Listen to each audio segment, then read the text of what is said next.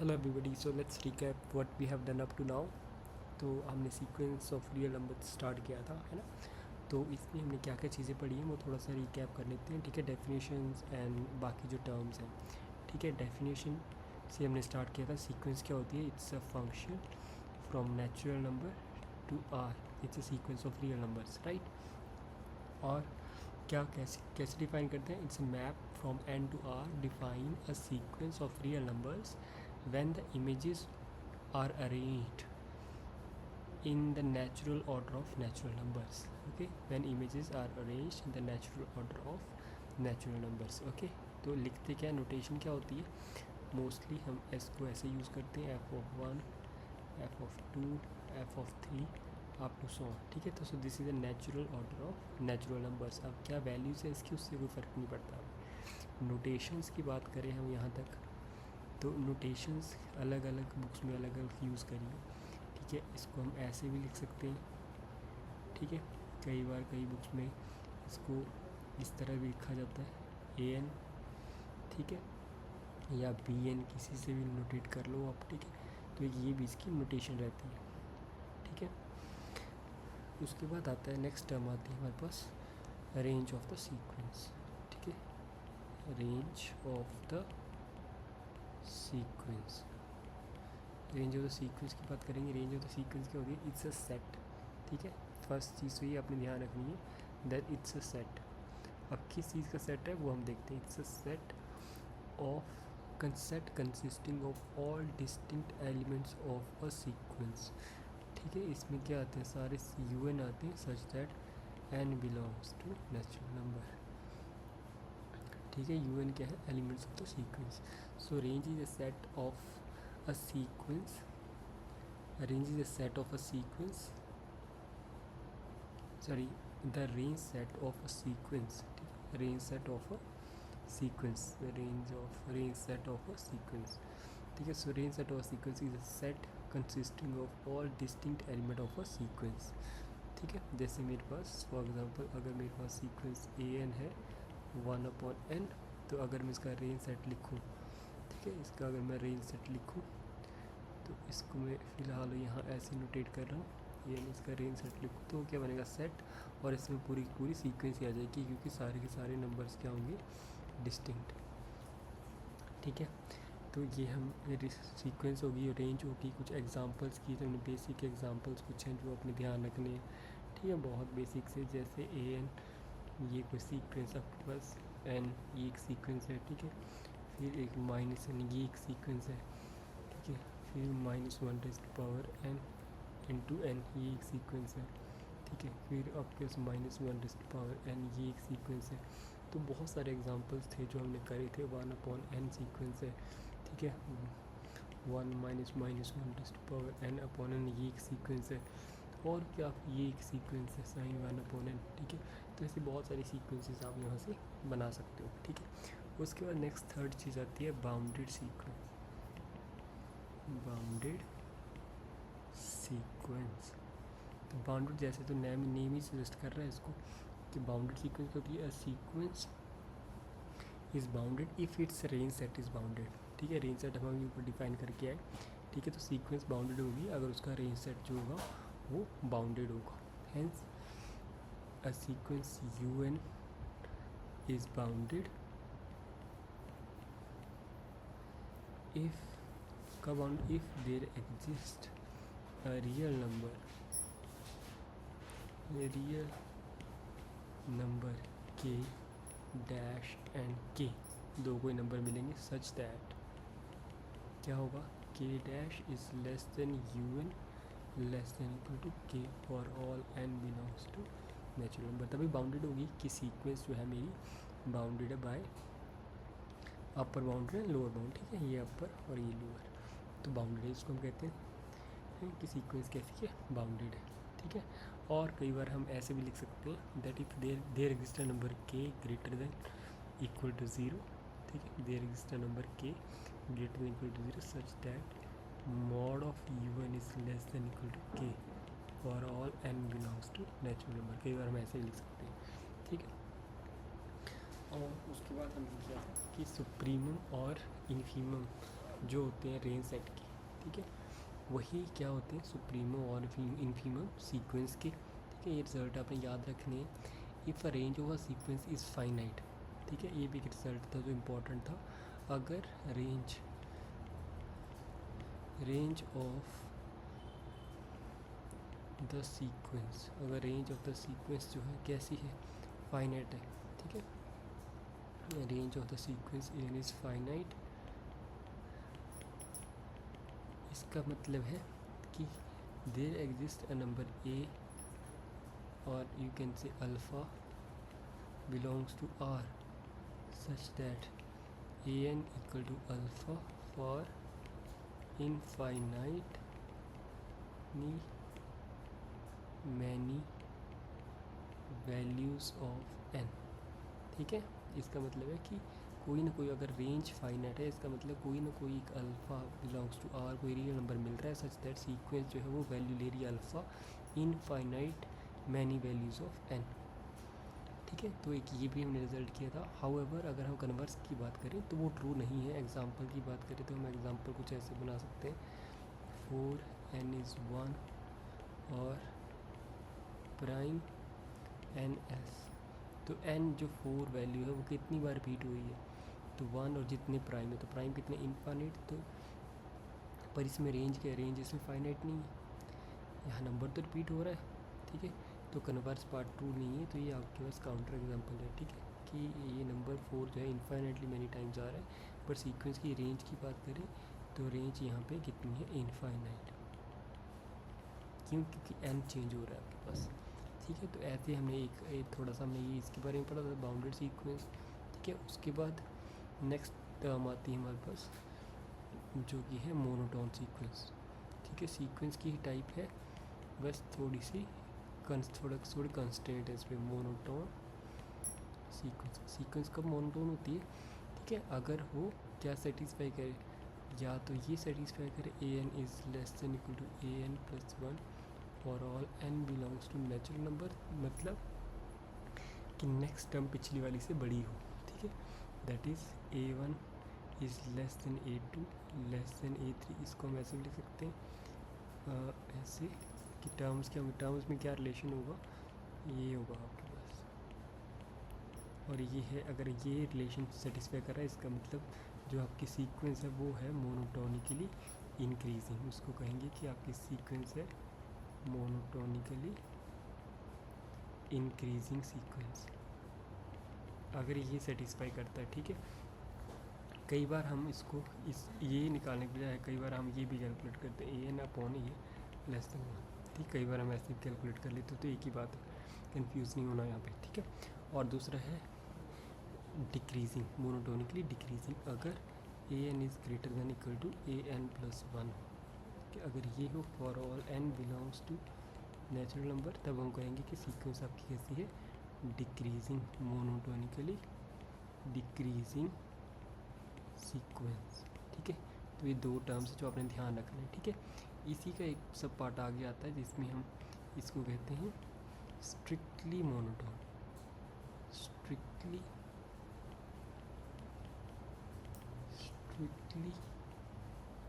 Increasing, strictly increasing और strictly decreasing, ठीक है।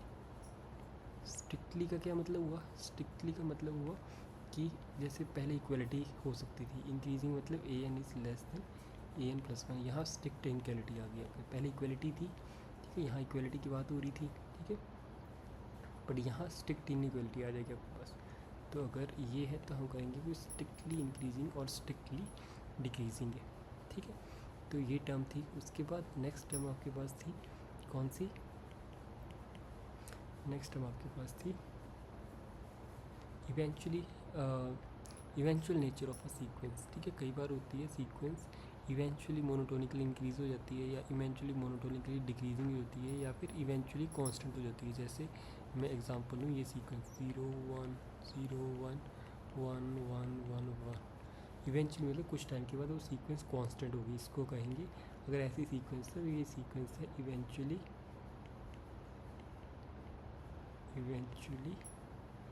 मोनोटोनिकली इंक्रीजिंग,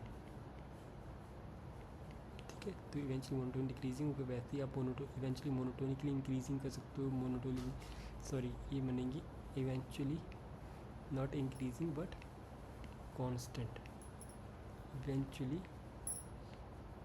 कांस्टेंट सीक्वेंस, ठीक है।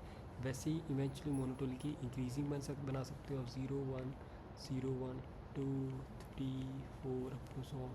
तो यहाँ तक तो ये वेरिएशन है, पर इसके बाद इस पॉइंट के बाद ये इंक्रीज़ करती जा रही है, तो ये बनेगी इवेंचुअली, ठीक है। कई बार ये टर्म भी आ जाती है, तो ये बनेगी इवेंचुअली मोनोटोनिकली इंक्रीजिंग, ठीक है। ऐसे ही आप इवेंचुअली मोनोटोनिकली डिक्रीजिंग भी बना सकते हैं, ठीक है। नेक्स्ट आपने जो कॉन्सेप्ट पढ़ा था वो था limit point of a sequence, limit point of a sequence. अब limit point of the sequence क्या होता है, किसी भी रियल नंबर p को हम लिमिट पॉइंट या फिर cluster point of the sequence कब कहते हैं, कि अगर p की नेबरहुड में इनफाइनाइट मेंबर्स हों सीक्वेंस के, ठीक है। किसी भी नंबर आप p मान लो या कोई अल्फ़ा मान लो, ठीक है। अल्फ़ा कोई रियल नंबर मान लिया, ठीक है। इसको हम बोलेंगे limit point of the sequence, ठीक है। कब, जब अल्फ़ा के कोई नेबरहुड ली मैंने, alpha minus epsilon alpha plus epsilon इसकी नेबरहुड ली, ठीक है। और इसका इंटरसेक्शन किसके साथ ले रहा हूँ मैं, सीक्वेंस की टर्म, जो भी सीक्वेंस है, ठीक है, उसके एलिमेंट्स के साथ, उसके एलिमेंट्स का सेट बनाया मैंने, ठीक है। सेट नहीं बनाया मतलब एलिमेंट्स, पूरी पूरी सीक्वेंस लेनी है, ठीक है। कंटेन्स इनफाइनाइट, इसकी नेबरहुड में सीक्वेंस के या फिर इंटरसेक्शन की बात नहीं करनी है, तो हम ऐसे बोल सकते हैं कि इस अल्फ़ा के नेबरहुड में कोई भी नेबरहुड लो, इसमें सीक्वेंस मान लो UN है, इसके कितने एलिमेंट्स होने चाहिए, इनफाइनाइट। अगर ऐसा है तो हम कहेंगे कि वो लिमिट पॉइंट है। जैसे अगर मैं बात करूँ, देखो 1 -1 1 -1 सो, तो देखो अगर मैं बात करूँ 1 की, ठीक है, अगर यहाँ से मैं 1 लेता हूँ, ठीक है, अगर मैंने यहाँ से 1 उठा लिया, तो 1 की नेबरहुड क्या बनेगी, 1 माइनस एप्सिलॉन 1 प्लस एप्सिलॉन, ठीक है, ये नेबरहुड बनेगी। अब इसमें सीक्वेंस के कितने एलिमेंट है, देखो 1 कितनी बार क्या कौन सा एलिमेंट, सीक्वेंस के एलिमेंट कौन कौन से, 1 और -1, और इसमें कौन सा कंटेन है, 1 इसमें है, और 1 कितनी बार आ रहा है, देखो यहाँ आ रहा है, यहाँ आ रहा है, और आगे हर ऑड पॉइंट पे आएगा, तो मतलब कितनी बार आएगा, इनफाइनाइट। कितनी टर्म्स आ रही हैं सीक्वेंस की, ठीक है। डिस्टिंक्ट आएंगी नहीं, उससे वर्क नहीं पड़ता, बट कितनी टर्म्स आ रही हैं, इनफाइनाइट टर्म्स आएंगी, मतलब 1 इनफाइनाइट मैनी टाइम्स आएगा इसमें, इस इंटरवल 1 की नेबरहुड में। इसका मतलब है 1 जो होगा वो आपका क्या होगा, लिमिट पॉइंट। वैसे ही -1 की बात कर लो आप, ठीक है, तो -1 की नेबरहुड क्या बनेगी, -1 minus epsilon comma -1 plus epsilon. इसमें क्या, इसमें कौन सा एलिमेंट कंटेन हो रहा है, -1 इसमें कंटेन है, और कितनी बार आ रहा है -1, देखो -1 यहाँ आ रहा है। जब भी इवन वैल्यू होगी, जैसे A2 A4 A6 ऐसे चलते जाएंगे, कितनी वैल्यू, कितने इवन नंबर, कितने इनफाइनाइट, तो यहाँ इनफाइनाइट टाइम्स -1 इसके अंदर आएगा। तो यही डेफिनेशन कहती है कि कोई भी पॉइंट, जैसे इसमें -1 है, ये लिमिट पॉइंट कब होगा, ये लिमिट पॉइंट कब होगा, जब इसके नेबरहुड में कोई भी नेबरहुड, एनी नेबरहुड, इसको लिमिट पॉइंट भी कहते हैं, कई बुक्स में इसको क्लस्टर पॉइंट भी कहते हैं, तो इसमें कंफ्यूज आपने नहीं होना है, ठीक है। तो कितने पॉइंट्स आए उसके अंदर, सीक्वेंस के इनफाइनाइट पॉइंट है, ठीक है। आप ऐसे भी कर सकते हैं, ठीक है। और कोई भी नेबरहुड, ज़रूरी नहीं है एक स्पेसिफिक नेबरहुड के लिए, कोई भी नेबरहुड, ठीक है। अब दूसरा इसमें एक और रिज़ल्ट आता है कि लिमिट पॉइंट कब नहीं होगा, कब नहीं होगा, अगर एक भी, अगर इफ़ देयर एग्जिस्ट, कोई भी एक एप्सिलॉन मिल गया ग्रेटर देन 0, एक भी कोई एप्सिलॉन मिल गया, ठीक है, ऐसा, या फिर आप एप्सिलॉन की बात कर लो, या फिर आप ऐसे लिख लो, if there exist at least, ऐसे कर लो, इफ़, ऐसे लिख लो इसको, इफ़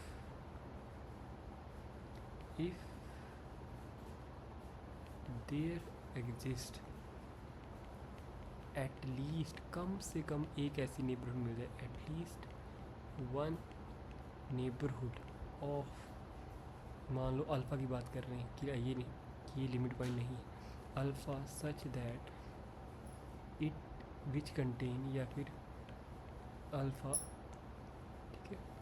अल्फ़ा विच कंटेन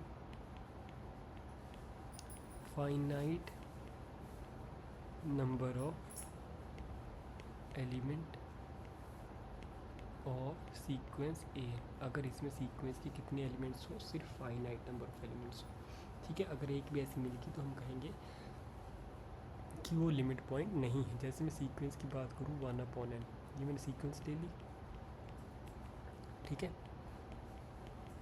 मैंने सीक्वेंस उठा ली। अब देखो अगर मैं इसको ड्रॉ करूँ तो ये कुछ ऐसे दिखेगी, ठीक है, 1 0 1/2 1/3 1/4 ऐसे ऐसे इस तरफ आपने जाते जाएंगे जैसे जैसे n की वैल्यू बढ़ाते जाएंगे। तो अगर मैं 1/2 की बात करूँ तो मैं ये नेबरहुड ले सकता हूँ, ये छोटी सी नेबरहुड में बनेगी 1/2 माइनस एप्सिलॉन 1/2 प्लस एप्सिलॉन। इस छोटी सी नेबरहुड में कोई और पॉइंट तो है नहीं, सीक्वेंस का कोई और पॉइंट है नहीं, तो इसका मतलब 1/2 लिमिट पॉइंट नहीं है, ठीक है। वैसे ही 1/3 अगर यहाँ कोई पॉइंट हो, उसको थोड़ा जूम करेंगे हम, तो यहाँ इसकी नेबरहुड भी बन जाएगी, जिसमें कोई भी पॉइंट नहीं, वो सिर्फ ज़ीरो ऐसा पॉइंट है जिसके नेबरहुड, कोई भी नेबरहुड ले लें ज़ीरो की, ठीक है, ज़ीरो के राउंड 0 माइनस एप्सिलॉन,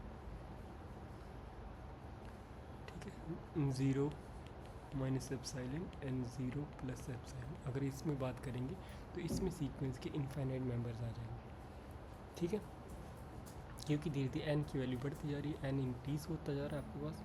जैसे जैसे n की वैल्यू बढ़ती जाएगी हम ज़ीरो के क्लोज आते जाएंगे, ठीक है, ज़ीरो को जितना चाहें उतना क्लोज आ सकते हैं, ठीक है। तो यहाँ से कोई ना कोई आपके पास इनफाइनाइट वैल्यूज़ मिल जाएंगी n की, सच दैट जो कि सीक्वेंस की इसके अंदर होगी। तो इसलिए ज़ीरो जो होगा वो इसका क्या होगा, लिमिट पॉइंट। तो ये आपने चीज़ ध्यान रखनी है, ठीक है। अब कैसे निकाल सकते हैं लिमिट पॉइंट्स को, या तो आप इसको रियल लाइन पे ड्रॉ कर दो, ठीक है, या फिर रेंज सेट का कोई लिमिट पॉइंट मिल जाए आपको। जो रेंज सेट का लिमिट पॉइंट होता है वही सीक्वेंस का लिमिट पॉइंट होता है, ठीक है। और अगर रेंज सेट फाइनाइट है तब हमें पक्का पता है कि कोई एक अल्फ़ा जो होगा रिपीट कर रहा होगा, जो हमने अभी पीछे लिखा था डेफिनेशन में, और वो क्या होगा, लिमिट पॉइंट, क्योंकि इनफाइनाइट वैल्यूज़ होंगी n के लिए, तो अल्फ़ा वो लिमिट पॉइंट वहाँ होएगा होएगा, ठीक है। अब नेक्स्ट आपको रिज़ल्ट आता है, इसको थ्योरम की तरह देखते हैं हम इसको। तो ये बहुत ही इंपॉर्टेंट है वैसे, कि इसको आप ऐसे देखो, बोल्ज़ैनो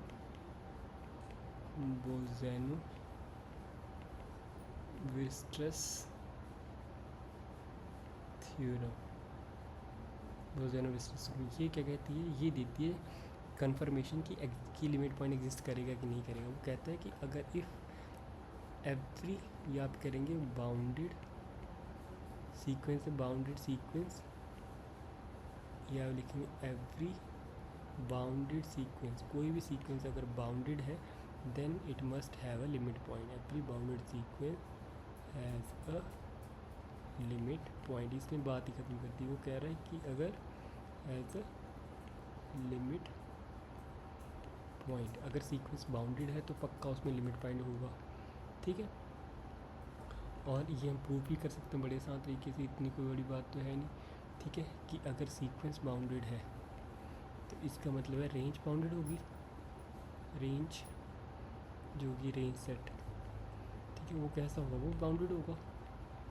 अगर रेंज सेट बाउंडेड है तो इसका मतलब आप वहाँ से कर सकते हो, रेंज सेट बाउंडेड है इसका मतलब, तो यहाँ पे दो चॉइसेस बनती हैं आपके पास, कौन सी, या तो रेंज सेट कैसा है, रेंज सेट फाइनाइट, या तो रेंज सेट क्या बनेगा, रेंज सेट इनफाइनाइट।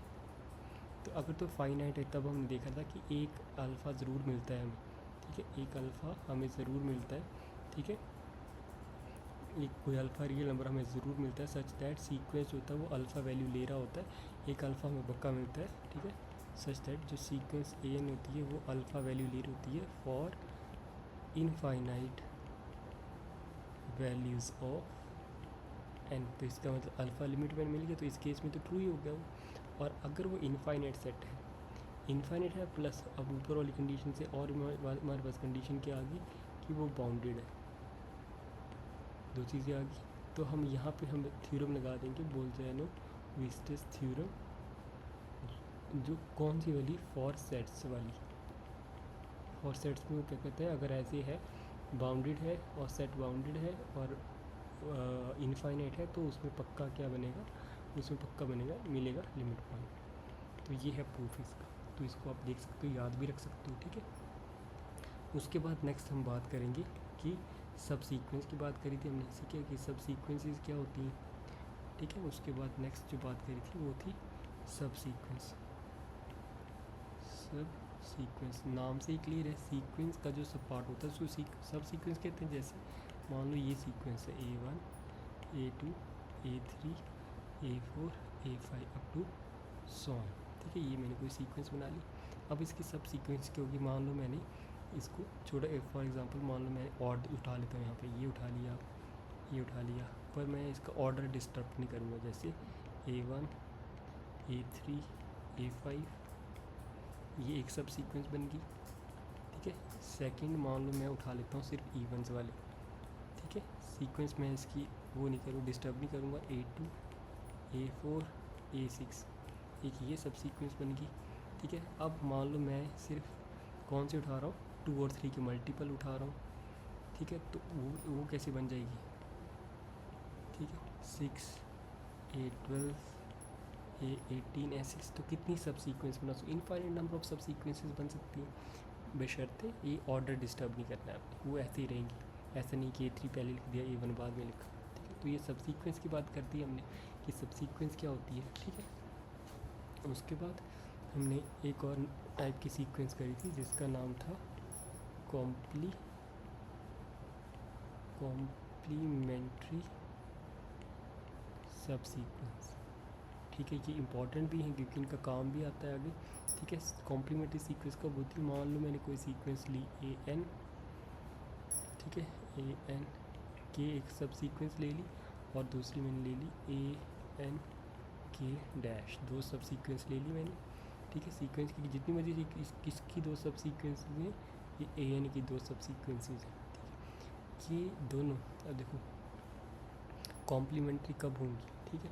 मैं अगर एक सेट बनाऊँ S1 कैसा, N के सच दैट N के बिलोंग्स टू नेचुरल नंबर, ठीक है। इनके सब्सक्रिप्ट का सेट बनाने की कौन कौन सी वैल्यूज़ के लिए मैं उसकी सब सीक्वेंस बना रहा हूँ। और S2 मैंने ले लिया N के डैश, यहाँ N के डैश क्या है, नेचुरल नंबर। तो ये दोनों कॉम्प्लीमेंट्री कब होंगी, अगर S1 इंटरसेक्शन S2 क्या है, MPT, ठीक है। और S1 यूनियन S2 करूँ तो वो क्या बन जाए, कंप्लीट नेचुरल नंबर, ठीक है। फॉर एग्ज़ाम्पल अगर मैं बात करूँ AN, कोई मैं एक एग्ज़ाम्पल लेके आपको बता देता हूँ। अगर मैं AN सीक्वेंस लेता हूँ तो ये इसकी सब सीक्वेंस है क्या, ये इसकी सब सीक्वेंस है, ठीक है। तो मैंने एक सेट S1 बनाया जिसमें कौन से एलिमेंट्स आ रहे हैं, इवन, और S2 एक सेट बनाया जिसमें सारे एलिमेंट कैसे हैं, ऑड। अब क्या इन दोनों में कुछ कॉमन है, नहीं, ये ऑड है, ये सारे इवन है, ठीक है। तो इसका मतलब S1 इंटरसेक्शन S2 कितना आया, MPT। और अगर मैं दोनों को यूनियन लूँगा मैं, तो ये दोनों ऑड इवन दोनों ऐड होकर क्या बना देंगे, पूरे पूरे नेचुरल नंबर का सेट, ठीक है। तो इसका मतलब ये दोनों सब सीक्वेंस कैसी है, कॉम्प्लीमेंट्री। S1 जो ये 2 सीक्वेंसेस सब सीक्वेंसेस आपने ली हैं A2N और A2N+1, ये दोनों हैं कॉम्प्लीमेंट्री सब सीक्वेंसेस, ठीक है। ये आपने ध्यान रखना है, इसको हम यूज़ करते हैं आगे, ठीक है। नाउ नेक्स्ट रिज़ल्ट जो आपने ध्यान रखना है वो ये, दैट अनबाउंडेड सीक्वेंसेस, ठीक है। ये हमने रिज़ल्ट किया था, unbounded sequences may have limit point, ठीक है। अब ये तो मैंने कन्फर्म देखा, अभी बोल जाना बेस्टस थी, उन्होंने बोलते हैं कि अगर तो बाउंडेड है सेट, बाउंडेड है ये सीक्वेंस, अगर बाउंडेड है सीक्वेंस, अगर बाउंडेड है सीक्वेंस, अगर बाउंडेड है तब तो कन्फर्म है कि लिमिट पॉइंट कन्फर्म है कि मिलेगा। बट अनबाउंडेड है तब क्या, तो कह रहा है कि अगर अनबाउंडेड है तब भी हो सकता है, कैसे, मैं एक कोई सब सीक्वेंस लेता हूँ, ये देखो 4 पेन n is 1 और प्राइम और n when n is else। तो यहाँ 4 जो है कितनी बार रिपीट हो रहा है, इनफाइनाइट नंबर ऑफ, अगर मैं 4 की नेबरहुड बनाऊँगा 4 माइनस एप्सिलॉन 4 प्लस एप्सिलॉन, इसमें 4 कंटेन हो रहा है, ठीक है, 4 इज़ कंटेन्ड इन दिस, और 4 कितनी बार आ रहा है, इनफाइनाइट क्यों प्राइम्स कितने, इनफाइनाइट नंबर ऑफ टाइम्स, तो कितनी बार आएगा 4 इस इंटरवल में, इनफाइनाइट नंबर ऑफ टाइम्स। और लिमिट की डेफिनेशन भी यही बोलती है कि सीक्वेंस की इनफाइनाइट टर्म्स आनी चाहिए उसके अंदर, डिस्टिंक्ट आनी चाहिए, इस पर नहीं बोलता, सिर्फ ये बोलता है कि सिर्फ टर्म्स आनी चाहिए। तो इनफाइनाइट टर्म्स आ रही हैं इसमें, और इनफाइनाइट टर्म्स ही आनी चाहिए, फाइनाइट नहीं। सो इनफाइनाइट टर्म्स आ रही है, इसका मतलब 4 क्या है, इसका लिमिट पॉइंट। और सीक्वेंस है कैसे, ये अनबाउंडेड, क्योंकि n है यहाँ पे, तो ये तो बढ़ते जाएगा प्राइम को छोड़ के, जैसे 10 भी आ जाएगा, ठीक है, कोई 20 वैल्यू भी आ जाएगी, 100 आ जाएगी, 1000, ऐसे जितनी बजी वैल्यू, तो बाउंड तो है ही नहीं, ना तो positive side negative side. Negative side तो बात नहीं करेंगे, क्योंकि जो n जो है वो क्या है, नेचुरल नंबर, तो ये बाउंडेड तो है नहीं, ठीक है। तो ये भी आपने, ये भी आप ऐसे भी देख सकते हैं, ठीक है, एग्जाम्पल काम कर जाएगा, ठीक है। उसके बाद हम बात करेंगे नेक्स्ट कॉन्सेप्ट जो हमने किया था, वो था लिमिट ऑफ अ सीक्वेंस, ठीक है। दोनों में कंफ्यूज नहीं होना है, लिमिट पॉइंट और लिमिट ऑफ द सीक्वेंस, ठीक है। लिमिट ऑफ द सीक्वेंस क्या होती है, अगर मान लो मेरे पास कोई सीक्वेंस an है, ठीक है, तो मैं कब कहूँगा कि इस सीक्वेंस की लिमिट l है, ठीक, कब कहूँगा, यहाँ l क्या है, कोई रियल नंबर है, कब कहूँगा, ठीक है, when if for every epsilon, कोई भी एप्साइलन चूज़ करूँ, जिसकी जो मर्जी है वो वैसे जूम करे, उस एप्साइलन के लिए हमें एक नंबर मिलना चाहिए m, जो कि कहाँ बिलोंग करेगा, नेचुरल नंबर में, सच दैट क्या होना चाहिए, अगर मैं मॉडुलस निकालूँ an माइनस एल का, वो लेस देन मुझे epsilon for all n greater than m, ठीक है। ये m क्या है, ये कोई ना कोई सबस्क्रिप्ट होगा, ठीक है। तो कह रहा है कि एक टाइम के बाद, अगर मैं बोल रहा हूँ, अगर मेरा कहना ये है कि ये सीक्वेंस किसी एक नंबर की तरफ जा रही है ना, सीक्वेंस प्लॉट कर सकते हैं। तो मान लो ये नंबर l है, अगर मैं बोलूँ कि ये सीक्वेंस इसकी तरफ जा रही है, ठीक है, इस पॉइंट के जा रही है, इसका मतलब क्या होगा, अगर इसकी तरफ जा रही है, इसका मतलब मैं इसके अराउंड कोई भी एक छोटा एप्सिलॉन ड्रॉ करूँगा। अब जा कैसे रहे, जा तो हम स्टेप्स में रहे, ठीक, n1 n2 n3 n4 n5 ऐसे करते जाएंगे, तो एक m आएगा, ठीक है। जैसे मान लो एप्सिलॉन ये है, ठीक है, अगर मैं मान लूँ कि मेरे केस में एप्सिलॉन ये है मेरा एप्सिलॉन, तो एक केस आएगा जब m की वैल्यू यहाँ तक पहुँचेगी, यहाँ यहाँ यहाँ, तो ये m मिल जाएगा मुझे, ठीक है। इस टाइप के बाद जितनी भी वैल्यूज़ होंगी सारी की सारी क्या होंगी, इसके अंदर होंगी, इस इंटरवल के अंदर, मतलब कि जो an है वो सीक्वेंस की सारी टर्म की इंटरवल होंगी l minus epsilon l plus epsilon, इसके अंदर होंगी for all n greater than m, ठीक है। लिमिट, ये है लिमिट की डेफिनेशन। और लिमिट पॉइंट की डेफिनेशन क्या थी, वो कह रहा था कि देखो क्या लिमिट पॉइंट है, हाँ है, क्यों, क्योंकि इसमें भी सीक्वेंस की इनफाइनाइट टर्म है, पर क्या उल्टा ट्रू है, जो लिमिट है वो तो लिमिट पॉइंट है, पर क्या कन्वर्स ट्रू है, नहीं, क्यों, क्या जो लिमिट पॉइंट है वो लिमिट अगर वो लिमिट पॉइंट लिमिट कब होगा, ये भी क्वेश्चन है, क्या हर एक लिमिट पॉइंट बना सकता है लिमिट, कहते नहीं, क्यों, क्योंकि ये ले लो आप, सॉरी ये सीक्वेंस उठा लो, an सीक्वेंस मैंने उठा ली -1 रेज़ टू पावर n, तो ये क्या बनेगा मेरे पास 1 -1 1 ऐसे, तो 1 और -1 दोनों कैसे हैं इसके लिमिट पॉइंट है, 1 के अराउंड भी कोई नेबरहुड बनाओ, तो ये भी लिमिट पॉइंट है, इसमें भी इनफाइनाइट एलिमेंट्स आ रहे हैं, और -1 के भी अराउंड इनफाइनाइट एलिमेंट्स आ रहे हैं, ठीक है। तो दोनों लिमिट पॉइंट हैं, बट इसमें लिमिट है ही नहीं, लिमिट एग्जिस्ट नहीं करती इसमें, ठीक है। तो जो लिमिट है वो तो लिमिट पॉइंट है, बट लिमिट पॉइंट लिमिट हो ये ज़रूरी नहीं है, ठीक है। ये चीज़ आपने नोट करनी है, ठीक है। नोटेशन कैसी है ये आपने बताया था कैसे, limit n tends to infinity an is equal to l, अगर ऐसे है तो हम इसको करेंगे सीक्वेंस की लिमिट क्या है l, या फिर कई बार हम ऐसे लिख सकते हैं an approaching to l when n approaches to infinity, ठीक है, as n approaches to infinity, तो कई बार हम इसको ऐसे भी लिख सकते हैं, ठीक है। उसके बाद अलजेब्रा ऑफ लिमिट्स है वो आपने पढ़ लेना है, ठीक है, कि कैसे क्या होता है, ठीक है। जैसे सम करेंगे दो सीक्वेंसेस का, ठीक है, तो इंडिविजुअल का सम करे तो क्या आएगा, और इकट्ठा सम करे तो क्या आएगा, ठीक है। तो आपने ध्यान रखना है वो कैसे लिखते हैं, ठीक है। अब उसके बाद हमने एक नेक्स्ट रिज़ल्ट किया था कि अगर कोई सीक्वेंस कन्वर्जेंट है, ठीक है, पहले तो कन्वर्जेंट सीक्वेंस क्या होती है, ठीक है, ये भी आपने ध्यान रखना है कि सीक्वेंस कन्वर्जेंट कब होती है, ठीक है। एवरी कन्वर्जेंट सीक्वेंस, ठीक है, इसको कन्वर्जेंट नहीं बोला, अगर इसकी लिमिट एग्जिस्ट करके इसका मतलब ये सीक्वेंस कैसी है, कन्वर्जेंट, ठीक है। अगर सीक्वेंस की लिमिट मिलती है इसका मतलब सीक्वेंस कैसी, कन्वर्जेंट। तो अगर हमेशा जो भी कन्वर्जेंट सीक्वेंस होगी हमेशा बाउंडेड होगी, ठीक है। एक तो ये ध्यान रखना आपने, कन्वर्जेंट सीक्वेंस क्या होगी, वो बाउंडेड होगी। हाउएवर कन्वर्स टू नहीं, बाउंडेड सीक्वेंस कन्वर्जेंट हो ये ज़रूरी नहीं है। जैसे ये एग्जांपल है हमारे पास, ठीक है, अच्छा सा एग्जांपल है हमारे पास, -1n बाउंडेड सीक्वेंस है ये, और ये कन्वर्जेंट नहीं है, ठीक है। तो जो कन्वर्जेंट सीक्वेंस होगी वो हमेशा बाउंडेड होती है, ठीक है। तो जो कन्वर्जेंट सीक्वेंस है वो हमेशा इम्प्लाई करती है बाउंडेडनेस को, पर बाउंडेडनेस कन्वर्ज करे ये ज़रूरी नहीं है, ठीक है। इसका हमें ध्यान रखना है, ठीक है। नेक्स्ट जो है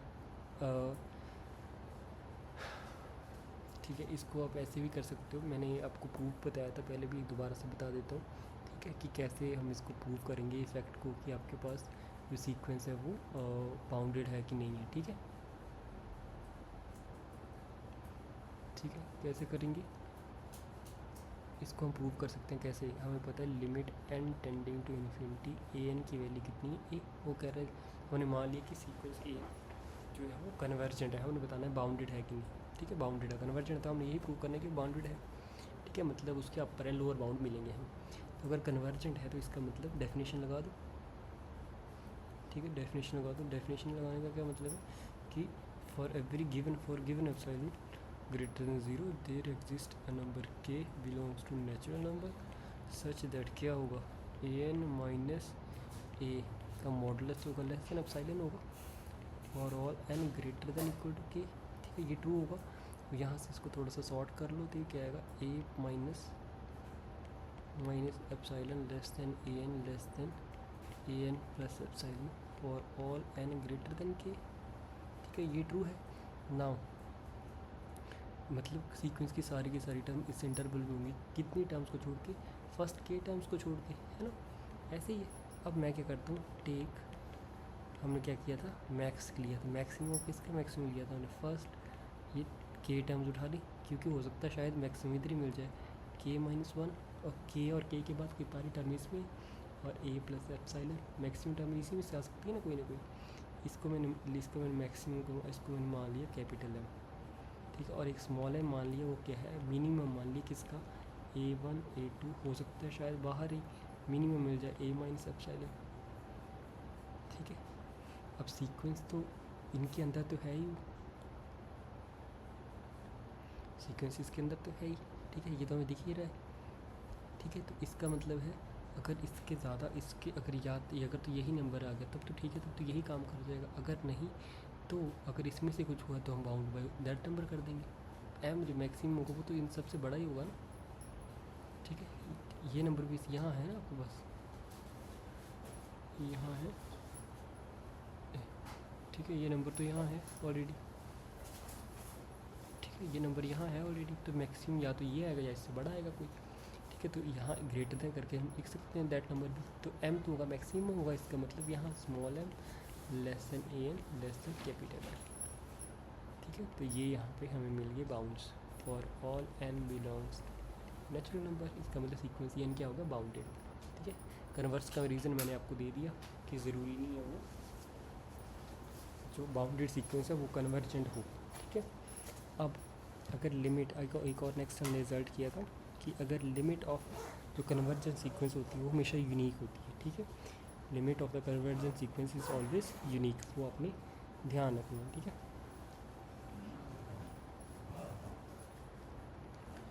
ठीक है, ये आपने ध्यान रखना है, ठीक है।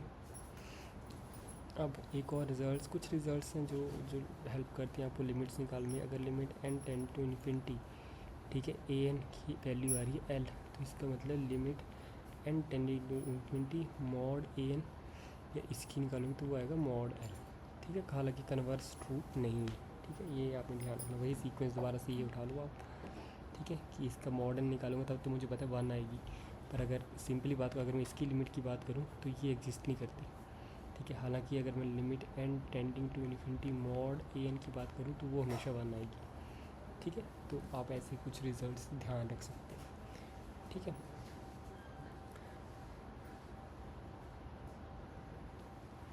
नेक्स्ट हम देखते हैं कि और हमने क्या क्या रिजल्ट्स किए थे, ठीक है।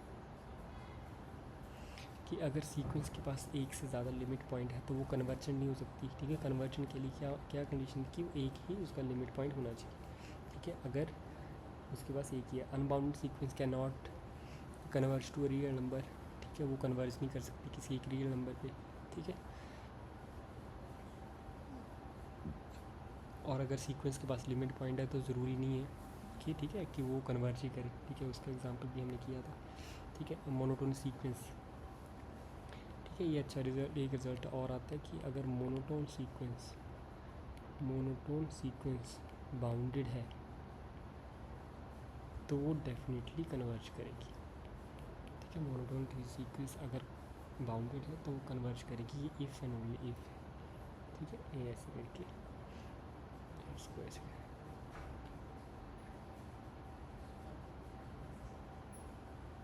मोनोटोन ऐसे, इसको ऐसे लिख लो कि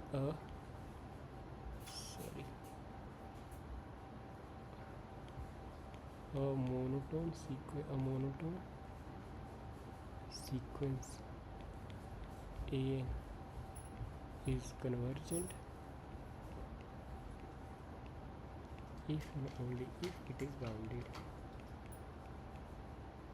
ठीक है। तो अगर मोनोटोन सीक्वेंस बाउंडेड है तो वो कन्वर्ज करेगी, ठीक है। कन्वर्जन सीक्वेंस में नॉट भी मोनोटोन, ये ज़रूरी नहीं कन्वर्जन सीक्वेंस मोनोटोन हो या नहीं। Bounded and monotonically increasing sequence converges to its supremum, ये रिजल्ट किया था, ठीक है। और bounded plus monotonically decreasing sequence converges to its infimum, ठीक है। और eventually monotone sequence is convergent, ठीक है। इम्प्लाई वो बाउंडेड होगी, ठीक है। तो हम इनको ऐसे भी कर सकते हैं, ठीक है। उसके बाद कुछ रिजल्ट्स करे थे और रिजल्ट्स किए थे हमने, ठीक है। That every sequence AN has a monotone सब सीक्वेंस, ठीक है। आप वैसे भी कर सकते हैं। Every bounded sequence has a convergent सब सीक्वेंस, ठीक है। Every bounded sequence has a convergent सब सीक्वेंस, ठीक है। वो भी आप कर सकते हैं, ठीक है, जो हमने किया था पहले, ठीक है। नेक्स्ट कुछ और रिजल्ट्स हैं जो हमने किए थे, ठीक है। एक तो लिमिट, ठीक है। एक और था जो हमने किया था, वो था आपके पास लिमिट सुपीरियर, ठीक है। लिमिट सुपीरियर क्या होता है, अगर AN कोई सीक्वेंस है, देखो निकालनी कैसे, वो तरीका देखते हैं पहले। अगर मान लो कोई AN सीक्वेंस आपके पास, ठीक है, किसी AN सीक्वेंस है A1 A2 up to so on to AN up to so on to ऐसे, ठीक है। तो आपने क्या करना है, पहले मान लो BN, मैंने इसका सुप्रीमम निकाल लिया, ठीक है। सभी नंबर सुप्रीमम किसका निकाल लिया, A1 A2 up to so on, इसका सुप्रीमम निकाल लिया। फिर B2, अब मैंने क्या किया, एक एलिमेंट छोड़ दिया फर्स्ट वाला, नेक्स्ट एलिमेंट से मैंने सुप्रीमम निकाल लिया। फिर B3, फिर मैंने सुप्रीमम निकाल लिया A3 up to so on to ऐसे निकाल सकता हूँ, ठीक है, अप टू सॉन। इसका मतलब जो BN सीक्वेंस बनेगी वो कैसी बनेगी, सबसे बड़ा एलिमेंट पहले, फिर छोटा, कैसे बनेगी, मोनोटोनिकली डिक्रीजिंग सीक्वेंस, ठीक है। मोनोटोनिकली डिक्रीजिंग सीक्वेंस बनेगी। अब अगर ये मोनोटोनिकली डिक्रीजिंग सीक्वेंस है, ठीक है, then limit superior of AN कैसे डिनोट कैसे करते हैं उसको, लिमिट सुपीरियर, ठीक है, ऐसे लिमिट सुपीरियर ऑफ AN, और कई बार इसको ऐसे लिखते हैं limit n tending to infinity supremum of AN, ठीक है। इसको कैसे डिफाइन करते हैं, infimum of B1 B2 up to so on to BN up to so on to ऐसे।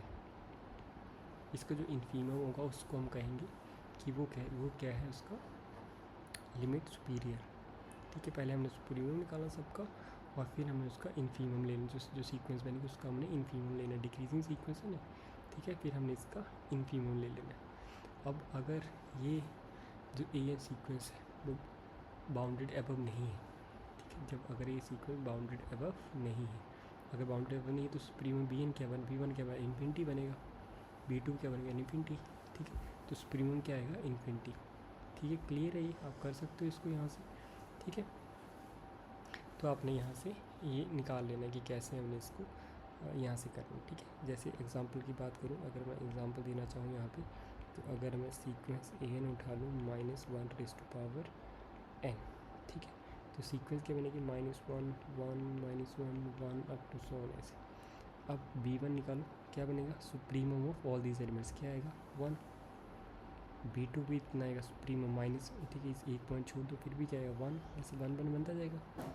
अब इन्फीमम ऑफ इस जो सेट है सुप्री इसका b1 का, b1 b2 up to so on, क्या आएगा, इनका इन्फीमम 1 ही आएगा, ठीक है। और वैसे ही अगर मैं बात करूँ इन्फीमम की, ठीक है, ये है, ये आपका आ गया लिमिट सुपीरियर, ठीक है। अगर मैं लिमिट इन्फीरियर की बात करूँ, ठीक है, लिमिट इन्फीरियर की बात करूँ, तो लिमिट इन्फीरियर में क्या होगा, जैसे हमें वही जैसे पीछे किया हमने a1 सीक्वेंस, मेरे पास पता है यहाँ पे a1 a2 up to so on, ठीक है, ऐसे मैंने सीक्वेंस बना दी। अब मैंने क्या करा, वहाँ इन्फीमम लिया था पहले, सुप्रीमम लिया था, अब मैं पहले यहाँ लूँगा b1 को, मैंने बोल दिया इन्फीमम ऑफ किसका, a1 a2 up to so on. अब b2 में लूँगा इन्फीमम ऑफ फर्स्ट एलिमेंट को छोड़ दो, फिर बाकी का इन्फीमम ले लो, ठीक है, फिर अप टू सो ऑन, ऐसे सभी का बना लिया। इसका मतलब जो b1 b ये सीक्वेंस बनेगी bn, ये कैसे बनेगी, सबसे छोटा, फिर उससे बड़ा, उससे बड़ा, उससे बड़ा, तो ये बनेगी monotonically increasing, monotonic increasing sequence बनेगी, ठीक है। अब जो लिमिट इन्फीरियर होगा वो डिफाइन कैसे करते हैं, या तो ऐसे या फिर लिमिट इन्फीमम ऑफ an, ठीक है, इसको ऐसे डिफाइन करते हैं, ठीक है। ये कैसे क्या आएगा, ये आएगा supremum of b1 b2 up to so on, ठीक है। जैसे अभी जो पीछे एग्जांपल किया an वाला, ठीक है, इसमें आपके पास ये सीक्वेंस थी -1 1 -1 अप टू सो ऑन 2 ऐसे। तो अगर पहले बात करूँ मैं, ठीक है, अगर पहले बात करूँ इन्फीमम, पहले b1 मैंने बना इन्फीमम क्या है इसमें -1, b2 भी कितना आएगा, -1 को छोड़ दो, again -1 up to so on. तो जो सीक्वेंस बनेगी, तो सीक्वेंस कैसे बनेगी, -1 अप टू सो ऑन। अब इसका मैंने क्या लेना है, लिमिट इन्फीमम ऑफ an, क्या बनेगा, सुप्रीमम ऑफ bn, जो कि क्या है -1, ठीक है। तो लिमिट इन्फीमम -1 आएगा और लिमिट सुप्रीमम आएगा आपके पास +1, ठीक है। तो हम यहाँ से ऐसे ये भी ऐसे भी कर सकते हैं, ठीक है। और सीक्वेंस कन्वर्ज कैसे करती है, कब कन्वर्ज करती है, अगर लिमिट सुप्रीमम, ठीक है। सीक्वेंस कन्वर्जेंट कब होती है, अगर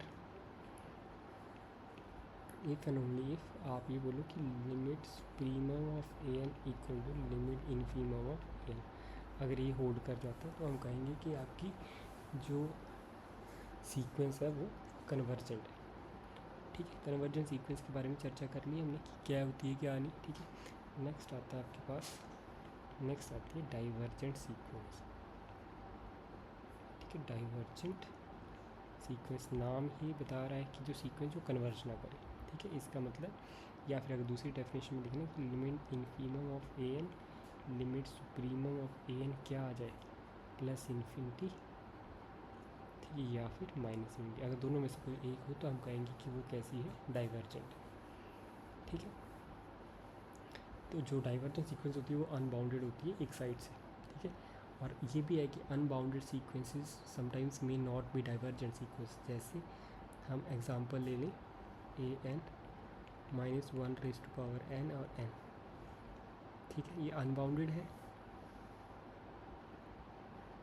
अनबाउंडेड है क्यों, क्योंकि ना तो ये तो एक इस तरफ भी जाएगी, 1 पुट करेंगे तो क्या वैल्यू आएगी -1, 2 पुट करेंगे तो क्या वैल्यू आएगी 2, 3 पुट करेंगे तो क्या वैल्यू आएगी -3।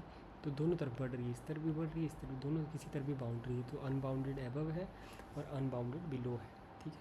कन्वर्जेंट तो है ही नहीं, ठीक है। तो ऐसी सीक्वेंसेस भी एग्जिस्ट करती हैं, unbounded sequences may not be divergent, ठीक है। ज़रूरी नहीं है डाइवर्जेंट है तो वो बाउंडेड ही होगी, एक तरफ से कुछ भी हो सकता है वो, ठीक है। एक तरफ से बाउंडेड होगी ये तो हमें पता है, ठीक है। डाइवर्जेंट सीक्वेंस है तो एक तरफ से वो अनबाउंडेड होगी वो, ठीक है। बट अगर दोनों तरफ से अनबाउंडेड कुछ भी हो सकता है, जरूरी नहीं है वो डाइवर्जेंट हो, ठीक है। फिर आता है ऑसिलेटरी सीक्वेंस, ठीक है, जिसमें लिमिट इन्फीमम ए एन जो not equal to limit supremum a n, इसको कहते हैं ऑसिलेटरी सीक्वेंसेस, ठीक है, ऑसिलेट करते हैं, ठीक है, उसको कहते हैं, जैसे जो ये हमने एक एग्जांपल लिया था ये वाला, ठीक है, ये कैसी सीक्वेंस थी, ऑसिलेटरी सीक्वेंस, ठीक है। तो ये ऐसी कुछ एग्जांपल्स हैं जो एग्जिस्ट करते हैं, ठीक है। उसके बाद हमने कुछ और रिजल्ट्स किए थे, ठीक है, रिगार्डिंग द सीक्वेंसेस, ठीक है, कि और किस तरह की सीक्वेंसेस होती हैं, ठीक है। हमने देख लिया मोनोटोनिकली इंक्रीजिंग है, strictly monotone, strictly decreasing, strictly monotonic decreasing, monotonic decreasing, ठीक है। फिर कन्वर्जेंट सीक्वेंस की बात कर ली हमने, डाइवर्जेंट सीक्वेंस की बात कर ली। अब एक और टाइप की सीक्वेंस आती है जिसका नाम है कॉशी सीक्वेंस, ठीक है। इसके नाम आता है वो है कॉशी सीक्वेंस। कॉशी सीक्वेंस क्या होती है, अ सीक्वेंस ए एन को हम कॉशी सीक्वेंस कब बोलेंगे, if for any epsilon greater than 0, कोई भी एप्सिलॉन चूज़ करो, there exist a positive integer m such that क्या हो, a n minus a m is less than epsilon for all n greater than m, whenever n is greater than equal to m, ये दोनों का difference हो epsilon से कम हो जाए, ठीक है। अब टर्म्स के बीच के डिस्टेंस के, यहाँ देखो, यहाँ उसने लिमिट की बात नहीं करी, लिमिट की डेफिनेशन में उसको हमें एल का पता होना चाहिए कि ये आइडिया होना चाहिए कि लिमिट क्या है। यहाँ लिमिट की बात नहीं कर रहा, वो कह रहा है कि सीक्वेंस की आपस की टर्म्स जब भी n ग्रेटर देन m हो, कोई भी एप्सिलॉन चूज़ कर लो, एक वक्त आएगा कि सीक्वेंस की आपस की टर्म्स के बीच का डिफरेंस होगा एप्सिलॉन से कम होगा मतलब जितना मर्जी छोटा चाहे उतना आप कर सकते हो m के बाद, ठीक है। तो इसको अगर ऐसी सीक्वेंस है तो हम कहेंगे वो सीक्वेंस कैसी है, कॉशी सीक्वेंस, ठीक है। तो ऐसे एग्जांपल्स कुछ आप ध्यान रख सकते हैं, जैसे मेरे पास ए एन कोई सीक्वेंस आपके पास कैसी 1, 1/2, 1/3 up to so on to 1/n, Cauchy sequence है अप टू सॉन, ठीक है। क्यों, क्योंकि 1/n माइनस 1/m इसको हम थोड़ा सा सॉल्व करें तो ये क्या आएगा, m माइनस n m है जो कि कम होगा लेस देन m से, और m है लेस देन एप्सिलॉन से। तो जब भी m जो है 1/एप्सिलॉन से बड़ा होगा तो ये 1/m लेस देन एप्सिलॉन होगा हमेशा, ठीक है। तो ऐसे हम कर सकते हैं कि ये सीक्वेंस कैसे बन जाएगी, कॉशी सीक्वेंस। बाकी थोड़ा पहले इसका अलजेब्रा पे ध्यान रख देना है आपने, ठीक है, इसका अलजेब्रा क्या कहता है, ठीक है। फिर एक और थोड़ा सा इसका जनरलाइज फॉर्म आता है क्या, कि अगर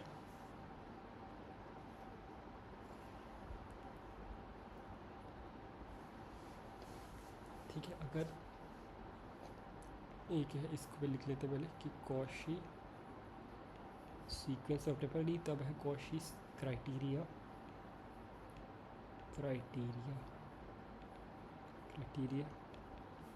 for convergence, Cauchy criteria for convergence. ये कहता है कि अगर sequence of real numbers a n कोई सीक्वेंस है ऑफ रियल नंबर्स, तब ये कन्वर्ज करेगी इफ़ एंड ओनली इफ़ अगर ए एन कैसी है, कॉशी सीक्वेंस। अगर रियल नंबर की सीक्वेंस की बात करें तो वो कह रहा है कि वो कन्वर्जेंट होगी अगर कॉशी है तो, ठीक है। यहाँ हमें ये बेनिफिट मिलता है कि हमें ज़रूरत नहीं है कि उसकी लिमिट क्या है, एल लिमिट की बात नहीं कर रहे हैं हम यहाँ पे कि लिमिट क्या है, लिमिट का आइडिया होना भी ज़रूरी नहीं है। यहाँ बस ये बता दे रहे हैं कि अगर हमने ये बता दिया कि वो कॉशी सीक्वेंस है तब वो हम बनी कि वो कन्वर्जेंट है, ठीक है। बट सिर्फ कहाँ, जब वो रियल नंबर्स में, ठीक है। तो एक और इसके बाद क्राइटेरिया देता है कि कॉशीज़ जनरल प्रिंसिपल ऑफ कन्वर्जेंस, ठीक है। थोड़ा सा जनरलाइज कर देता है रिजल्ट को, कैसे, ये कहता है कि a necessary and sufficient condition for a sequence a n, ठीक है। अब नेसेसरी एंड सफिशिएंट के फॉर्म में बता रहा है sequence a to be convergent कब होगी, if is that is convergent necessary sufficient condition क्या है for sequence a n to be convergent is that कि for each epsilon greater than zero, ठीक है, यहाँ एक पॉजिटिव नंबर मिलेगा m सच दैट वही थोड़ा सा कहानी a n plus b minus a m, ठीक है, ए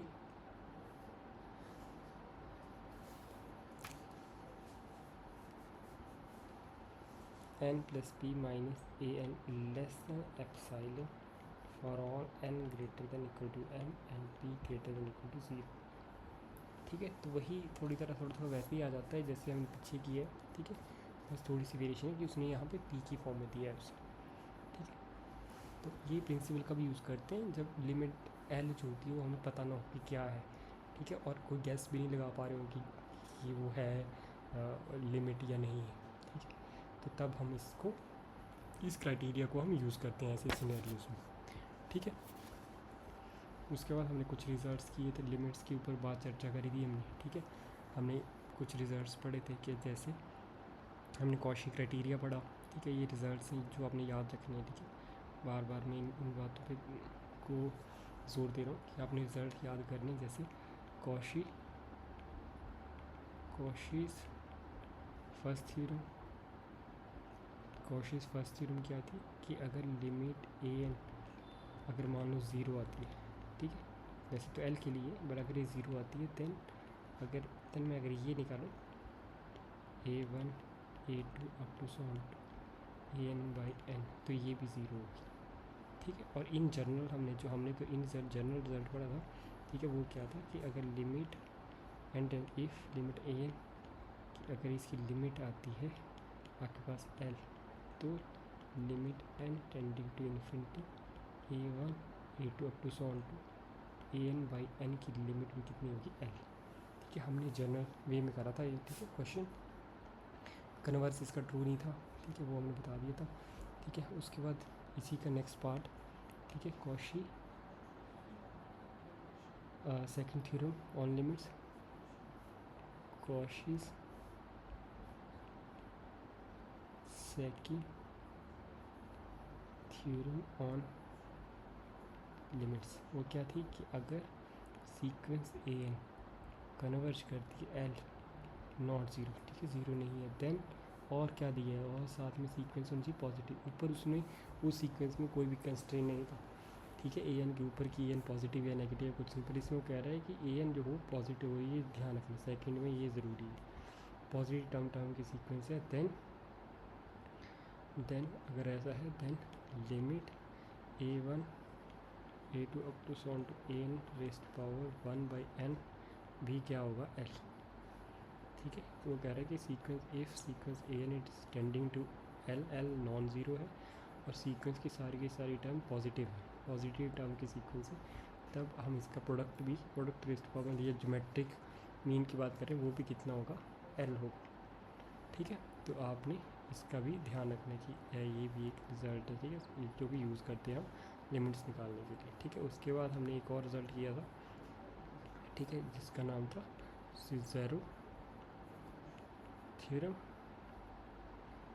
ठीक है। इसका भी रिजल्ट किया था कि अगर मान लो limit n tending to infinity a n कितनी है ए, और limit n tending to infinity b n कितनी है बी, ठीक है, वेयर ए एन बी क्या है रियल नंबर्स, ठीक है। तो अगर ऐसा है then limit n tending to infinity A1 b n A2 b n minus one up to so on to a n B1 divide by n, ये कहाँ जाएगा, ये जाएगा ए बी पे, ठीक है। तो एक ये भी थ्योरम करी थी हमने, ठीक है, ठीक है, 3 थ्योरम होगी, चौथी हमने करी थी जो काफ़ी यूज़ करते हैं जिसका नाम था सैंडविच थ्योरम, ठीक है। उसमें क्या बोला कि अगर मान लो 3 सीक्वेंस लेता हूँ a n b n c n, 3 sequences ली, ठीक है, और अगर उनके बीच में रिलेशन ये है for all n belongs to natural numbers, सभी नेचुरल नंबर्स के लिए अगर उनके बीच में ये रिलेशन कि ए एन जो है सीक्वेंस वो बी एन से छोटी है या उसके नंबर उससे कम है, मतलब a n is less than b one is less than c one, अगर ऐसी रिलेशनशिप होल्ड कर रहा है और and limit n tending to infinity a n, इसकी मान लो ये लिमिट कितनी आ रही है, एल है, और limit n tending to infinity c n की भी लिमिट कितनी है, एल है। ठीक है, यहाँ एल क्या है, ग्रेटर दैन ज़ीरो अगर ऐसे है, ठीक है, मतलब इसकी लिमिट मुझे पता है, इसकी लिमिट मुझे पता है, तो बी एन की लिमिट भी सेम ही होगी, ये कह रहा है। ठीक है, तो this is equals to limit n tending to infinity c n will also be l. ठीक है, तो ये थी सैंडविच थ्योरम। ठीक है, तो ये याद रखना है आप कि इस केस में यहाँ एल की चलो कोई बात नहीं, ज़ीरो इसमें किसी भी कांस्टेंट की कोई दिक्कत नहीं, ज़ीरो हो सकता है या इससे कम हो सकता है, कुछ छोटी है कि वो सैंडविच होना चाहिए। ठीक है, इन दोनों के बीच में सैंडविच होना चाहिए वो। ठीक है, तो ये हमने कुछ रिजल्ट्स किए थे। ठीक है, जो जिनका आपने ध्यान रखना है। ठीक है, कुछ और यहाँ से सिमिलर आर्गूमेंट्स हम ऐसे हम रिजल्ट्स कर सकते हैं कि अगर ए एन पॉजिटिव टर्म की सीक्वेंस है, ठीक है, सभी की सभी कैसे हैं, पॉजिटिव रियल नंबर्स हैं, और अगर limit n tending to infinity a n plus one upon a n less than one है, ठीक है, लेस देन वन है, तब इम्प्लाई करेगा limit n tending to infinity a n कहाँ जाएगा, ज़ीरो को। ठीक है, यहाँ से पता लग गया वो कैसी सीक्वेंस है, डिक्रीजिंग सीक्वेंस है। ठीक है, लेस देन वन है, इसका मतलब वो कहाँ जा रही है, जीरो को जा रही है। ठीक है, तो ये वहाँ से रिजल्ट आ जाता है। ठीक है, तो आपने इसके बेस से आपने क्वेश्चंस करने हैं जितने ज़्यादा हो सके। ठीक है, so this is all about the sequences that we have done till now. Thank you very much. Try to do some questions and let me know in the comment section. ठीक है, if you have any doubt और any problem in any concept that we have studied. Thank you very much.